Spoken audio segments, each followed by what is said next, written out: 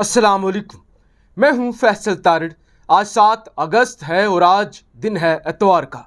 इस वीडियो के अंदर हमने बात करनी है कि 10 मुहर्रम से पहले कप्तान की गिरफ्तारी करने का फैसला किया गया है।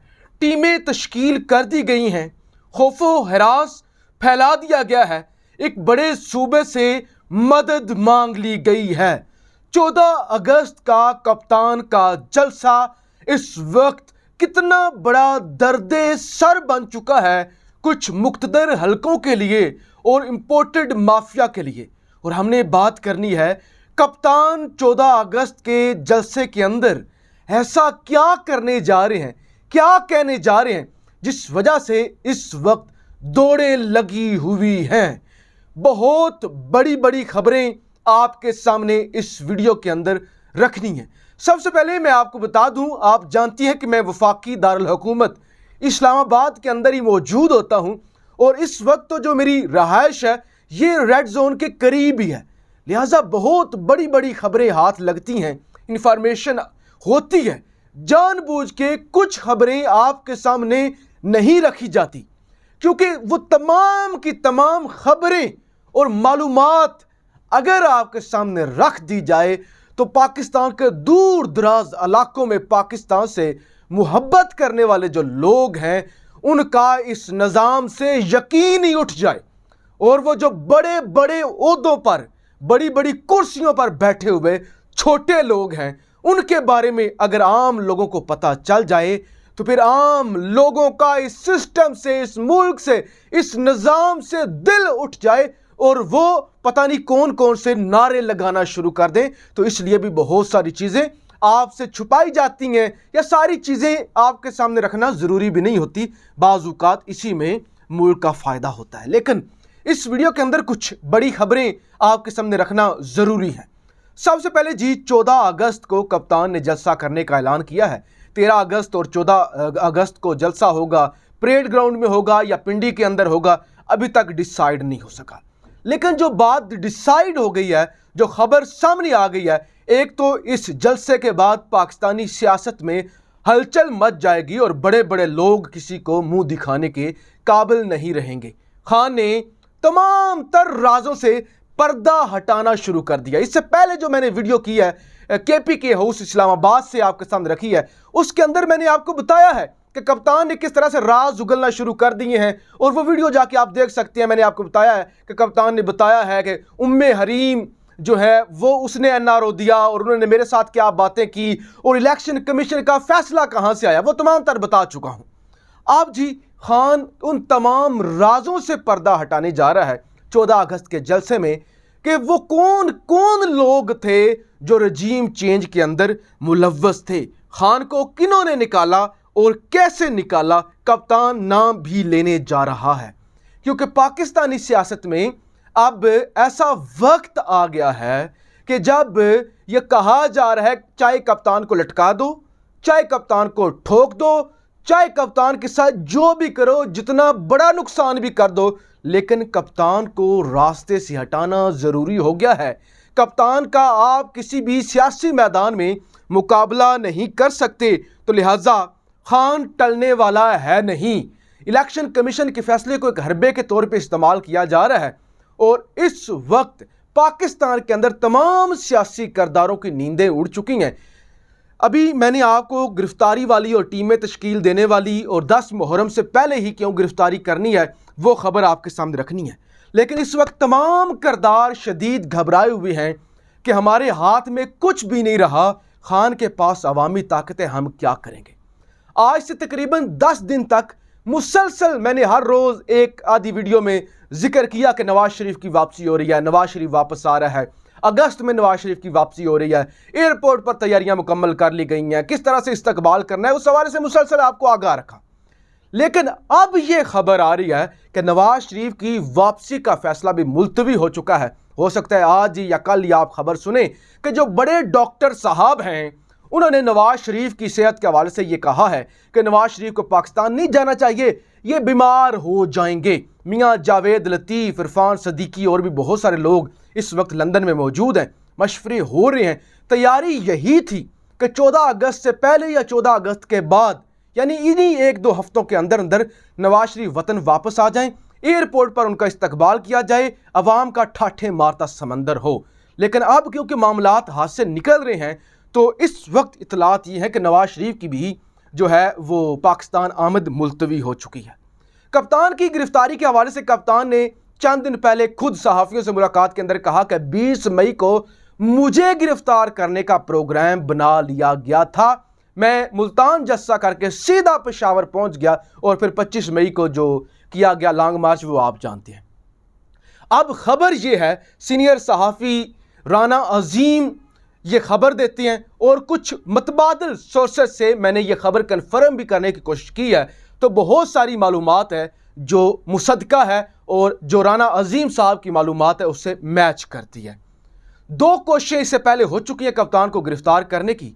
आज से तकरीबन 2 दिन पहले मीटिंग हुई और उस मीटिंग के अंदर राना सनाउल्लाह और नवाज शरीफ, शहबाज शरीफ, मौलाना फजलुर रहमान और बाकी इत्तेहादी जमातें, फैसला यह किया गया, इसमें पीपल्स पार्टी ऑन बोर्ड नहीं थी, फैसला यह किया गया कि खान को फौरी तौर पे गिरफ्तार किया जाए।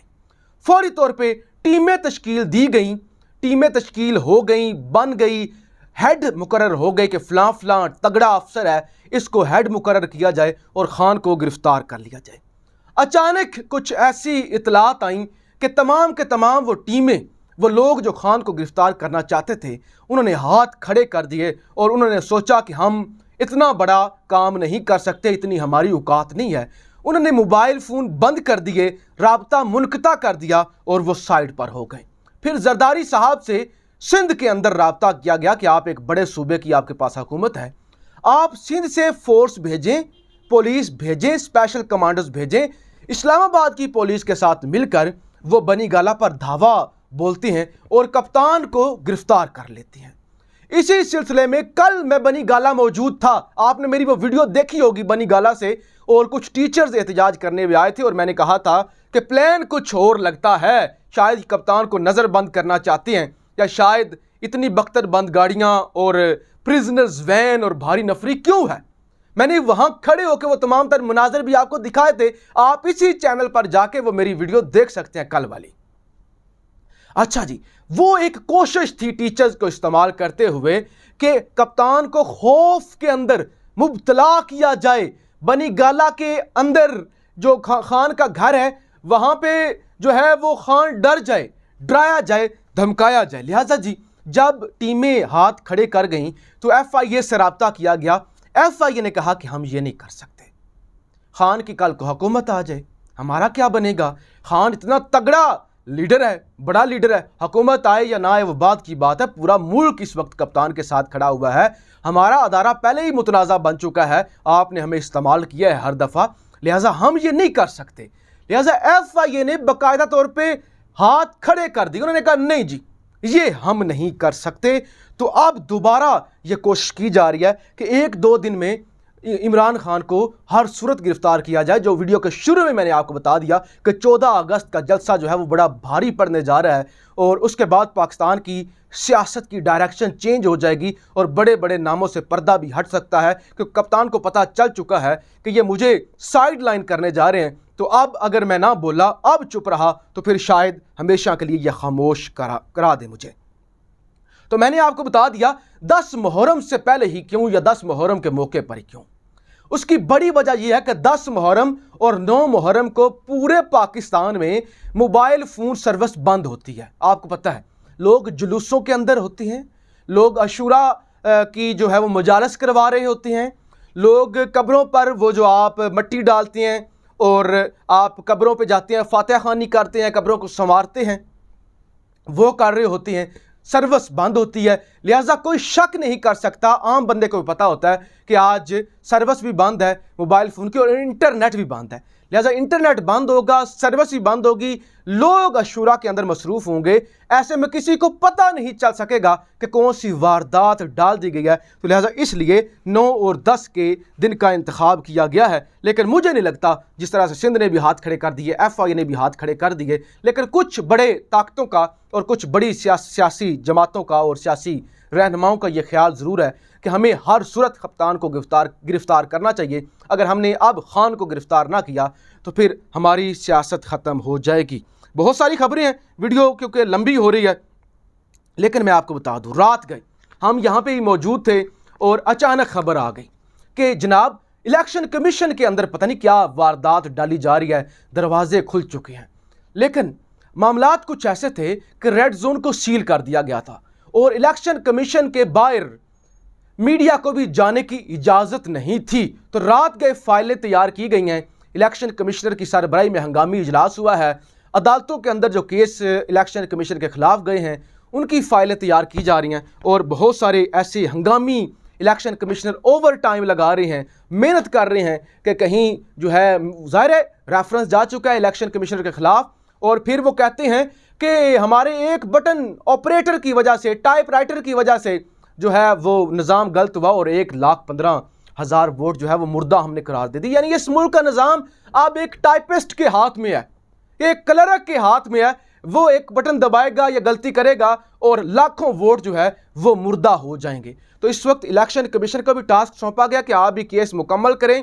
यानी मुख्तसर वन लाइनर मैं आपको ये दूं, वन लाइनर इस वीडियो का ये है, मुक्तदर हल्के और सियासतदान कहते हैं हमारे पास सिर्फ एक ऑप्शन है, या हम खुद मारे जाएंगे या हम खुद ठुक जाएंगे, या हमारी पॉलिटिक्स का और हमारी ताकत का जनाजा निकल जाएगा, या कप्तान जो है वो जो है उसका जुनून सर चढ़ के बोल रहा है और वो हमेशा हमेशा के लिए आ जाएगा, इक़्तिदार उसके पास आ जाएगा, ताकत उसके पास आ जाएगी। अब मामलात ये कि या कप्तान या हम, दोनों में से एक, और लड़ाई अरूज पर है। पाकिस्तान जिंदाबाद।